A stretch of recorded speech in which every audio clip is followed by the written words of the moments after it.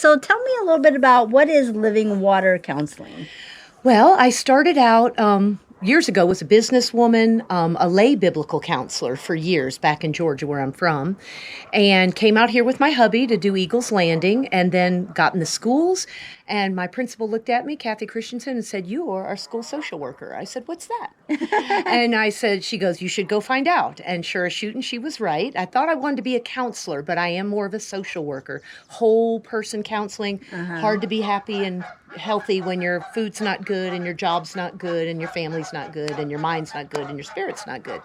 So went and did that, got my master's at 50. Oh, And that's amazing. yeah, and the kids were little. And so I'm a licensed independent clinical social worker is what I'm called by trade. So then I went to the school for 8 or 10 years and was a school social worker. And then I became the school counselor, did the academic piece as well for the last 3 years. And love the kids, love the students, love the community.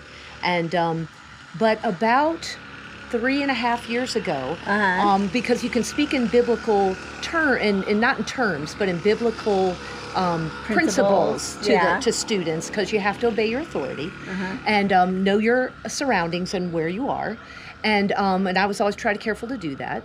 And but then I was taking a student that she graduated and she turned 18, and we were driving to a nearby city where for her driver's license, and we were able to talk freely about to use the terminology and expressly really share faith and things like that.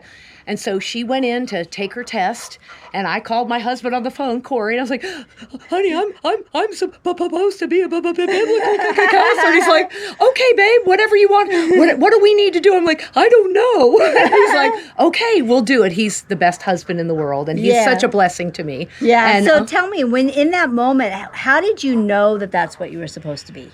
Because she walked in the door, and I sat down and just thought for a couple of seconds about the way we talked and what we said and how it had flowed. And it wasn't the careful structure and the honestly just spirit-led and filled. And the flow and the look on her face. They call me Miss Chris at school. "Miss Chris, thank you for this. I can do this now." And she did go in and pass, by the way. Awesome. So after several tries. So just her walking in and thinking about the freedom in that and how it felt. And when I think you're true to your nature, to your core, something just clicks. Yes. And that's when the I tears agree. just came.